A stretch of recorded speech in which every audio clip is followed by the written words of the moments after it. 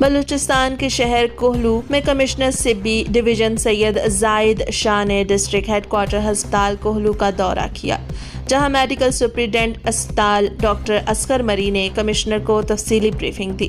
دورے کے موقع پر انہوں نے ملازمین کی حاضریاں چیک کی، ہسپتال کے مختلف شعبوں کا تفصیلی معائنہ کیا اور ہسپتال کے ایمرجنسی وارڈ، میل اور female wards, operation theatres, kidney centres, medicine store, laboratory, X ray room سمیت مختلف وارڈز کا دورہ کیا، جہاں ڈپٹی کمشنر کوہلو عقیل احمد بلوچ بھی کمشنر طبی ڈویژن کے ہمراہ تھے۔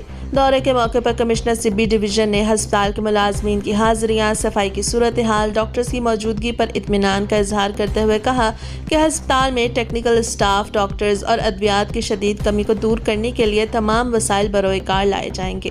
عوام کو صحت کی بنیادی سہولیات فراہم کرنا ہماری اولین ترجیحات میں شامل ہے۔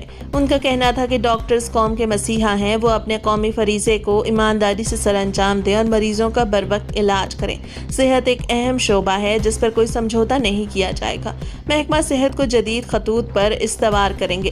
کمشنر طبی ڈویژن سید زاہد شاہ نے کہا ہے کہ ہسپتال میں طبی سہولیات کی فراہمی کے لیے بھرپور اقدامات کیے جائیں گے۔ ڈسٹرکٹ ہیڈ کوارٹر اسپتال میں پولیو سینٹر کھولنے کے احکامات بھی جاری کر لیے۔